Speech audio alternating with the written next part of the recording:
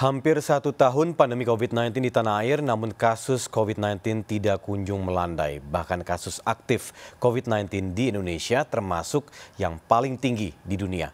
Berdasarkan data Worldometers, Indonesia berada di urutan ke-13 dunia dan menjadi satu-satunya negara Asia yang masuk 15 negara dengan kasus aktif tinggi.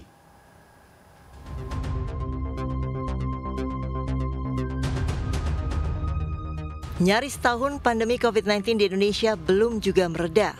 Penambahan kasus baru setiap harinya bahkan di atas 10.000 dan laju kasus terus naik.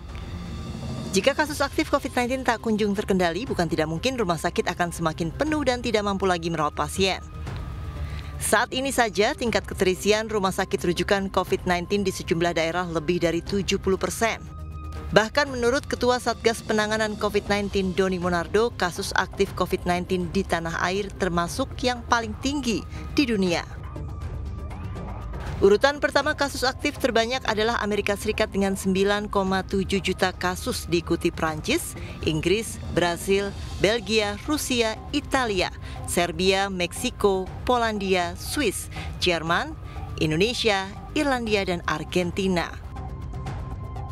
Indonesia berada di urutan ke-13 dengan 176.291 kasus aktif. Ironisnya, Indonesia menjadi satu-satunya negara Asia yang masuk 15 besar kasus aktif di dunia. Karena berbagai langkah dan cara telah kita tempuh. Sudah hampir 1 tahun kita bertempur, berperang menghadapi COVID, namun kasusnya bukannya semakin rendah. Kasus aktif kita termasuk yang tertinggi saat ini di dunia. Kita memiliki pasien COVID 175.000 orang. Artinya ada 175.000 orang pasien COVID di tanah air.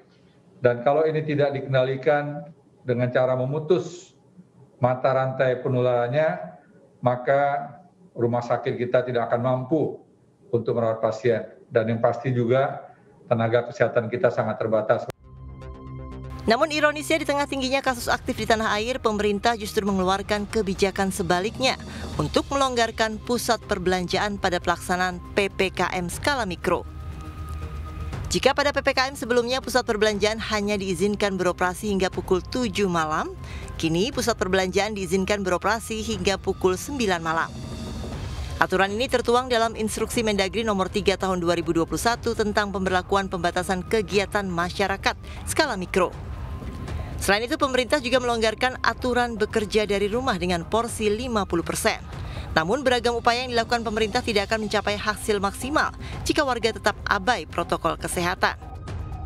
Warga diimbau patuh melaksanakan 5M, yaitu memakai masker, mencuci tangan dengan sabun sesering mungkin, menjaga jarak, menjauhi kerumunan, serta membatasi mobilitas. Dari Jakarta, Tim Liputan melaporkan.